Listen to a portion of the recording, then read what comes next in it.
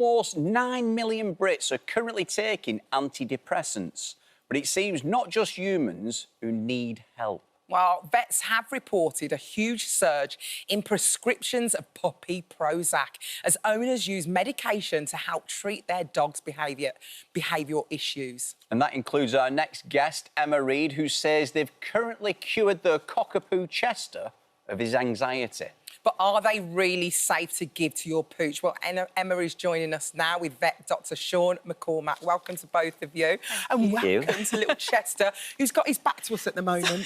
He's just chilling out. He looks having like he's really having a lovely time. So, Emma, we're going to start with you. Tell us a little bit about Chester. When you got him, what was his behaviour like? Yeah, we got him as a puppy in 2018, so before lockdown.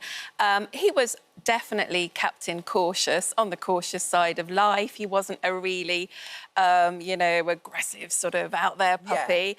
Yeah. And we did loads of training with him, socialised him, stood on the street with fire engines, ambulances, so he was used to everything. So you went for it? Went for it. I had my list, I popped balloons, everything.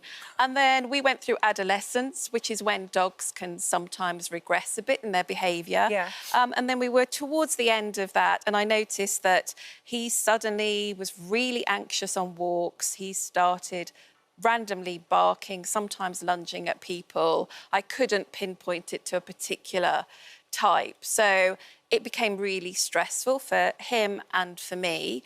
And in the family home, having visitors was difficult. They'd come in and he'd bark a lot, he'd run away. He was obviously a bit scared. Yeah. It was very difficult to manage for everybody. So at that point, I tried the training and then I sought the help of a behaviourist. Who went out on walks with us, saw that... so they actually come out and they monitor the situation? Yeah, to see what he was like in certain situations and also try other forms of training with him. Right. But it was evident that he was so stressed that he couldn't listen. So that's when she suggested fluoxetine, Prozac, as an option to take the edge off so that he could train and learn. So that's... You must have, like, because when you hear that word Prozac, it's like, what? Yeah, I did too. Yeah. I was exactly the same. I was, really? And, you know, when I mentioned it later to friends, their initial reaction was, well, firstly to laugh and then go, really? And then we talked about it. So, yeah, I never knew about it before. So what did you notice with Chester and his behaviour, and how long did it take before you noticed a difference? It was more quickly, it wasn't instant, but it was more quickly than I thought it would be. We just noticed that we were able to start to do more stuff. So you were able to intervene before he maybe barked at people. He was just slightly calmer, and then that got better and better.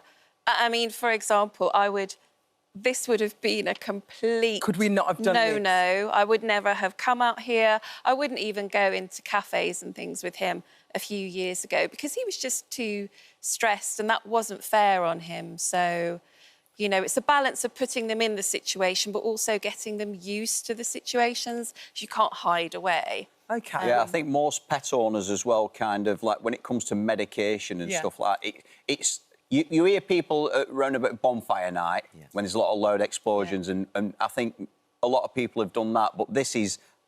Today, when I read about this, I was like, wow, this is totally new.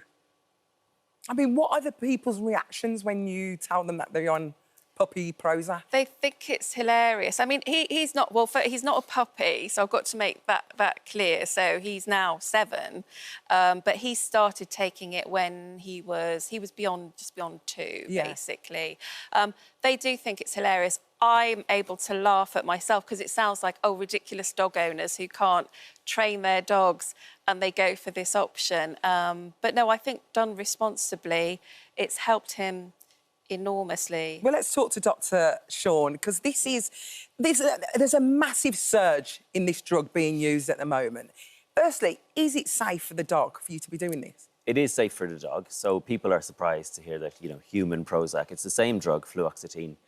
It's a serotonin reuptake inhibitor is how it works. So it increases the level of feel-good hormone, serotonin, in the brain. It helps with anxiety, it helps with mood, it helps with energy levels. And for certain dogs, in certain circumstances, it can really improve their quality of life. Because it's important to say that if a dog is in a really anxious state all of the time, that's a welfare issue. That dog is not enjoying itself in normal life. So for some dogs, you know, they do end up on this drug long term.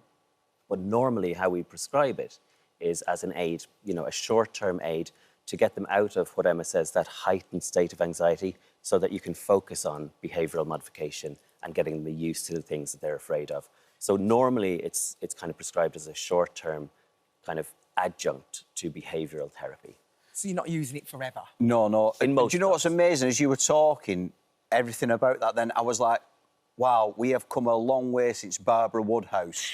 Do you remember? It was just like, shit. And now we're sort of like looking at medication, anxiety in pets and all that. It's crazy, like, you know, what goes on now. Yeah, our approach to dog behaviour has changed, you know, and most of the time now, qualified animal behaviourists are looking at what's motivating a behaviour. Why does the dog do that?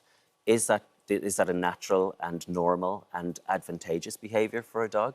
Or is that really a behavioural issue? And for Chester, you know, he was fearful. One of the symptoms was he would bark. And to a dog, actually, that's quite a clever thing to do, because if he barks at a stranger coming towards him in the park, either mum will take him away from that scary thing, or the stranger will give him a wide berth. And for him, that barking worked. That is an advantageous behaviour, so he'll learn it. And for these little breeds, these are complex little characters, you know, cockapoo, a mixture between a Cocker Spaniel and a Poodle. You've got bags of energy, you've got super intelligence, and they figure things out very well and learn how to cope, but sometimes it can be antisocial, it can cause stress for the owner. It's not nice to have a stressed out dog, is it? Even though it's called puppy Prozac, you wouldn't give this to puppies, would you? We don't give it to puppies. Emma did the right thing. You know, she got Chester before the pandemic. That's caused a whole rake of other problems, which we'll get to. She socialised him, you know, she did everything right. Yeah. But we can't medicate puppies when they're in that early development phase. And one of the most crucial development phases for puppies especially is called the socialisation window. And that's not, you know, going out for brunch with their mates or going to a puppy class once a week. That's getting them used to everything in the world that they're going to have to get used to and realise it's no problem. A fire engine goes past, or a person in a wheelchair is a common one. People say, my dog's afraid of people in wheelchairs. Probably because they've just never experienced it before they were about 18 weeks of age. So really important to socialise them well. Dr. Sean, just while I've got you, can you prescribe anything for my cat? Because he's got a really bad attitude. Does he? Doesn't even look at me. OK, well, that's just a cat's prerogative, I'm afraid. Yeah, there's nothing we can do about cats, is there? That's just how they are. Yeah. But on a serious note, if someone is watching at home and they're worried about their dog, would you suggest this, or would you say just go and get a full checkup, maybe at the vet? Yeah, I would never suggest Prozac as a quick fix solution, first solution. It needs to be in concert with a physical exam by your vet, because sometimes some of the symptoms of anxiety, trembling, strange behaviour, aggression, they can be signs of pain, for example, can be signs of neurological issues. So you need a checkup by a vet first, make sure there's no medical cause. Then you need to go, as Emma did, to a qualified animal behaviourist who will come and watch you with your dog and see what's going on. And then, only then, maybe prescribing something to help kind of with the behavioural modification. Well, he's definitely chilled out, isn't he? Nice and chill. Look how chilled out he is. And he doesn't like fireworks at all. Out of everything else, fireworks not a problem. Oh, my goodness. At all.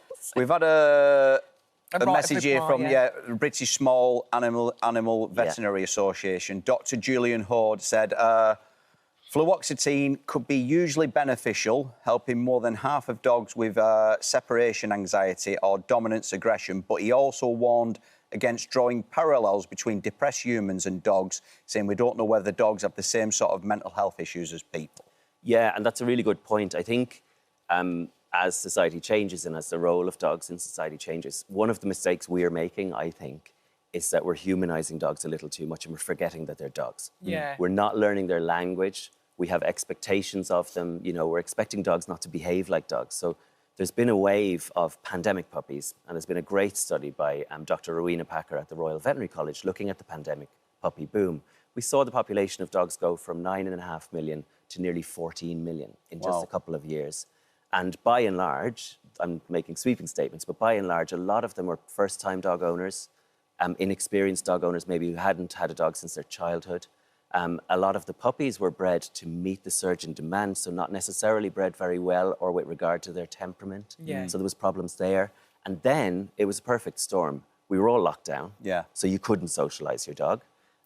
You didn't have access to help, to a behaviourist. You know, so it's not people's fault, but we were all in a situation where some people said, this is the time I can get a dog. And I really want to get a dog. But for me, in my lifestyle and my work life, I can't get a dog. So I've gone head over heart. But a lot of people went for that.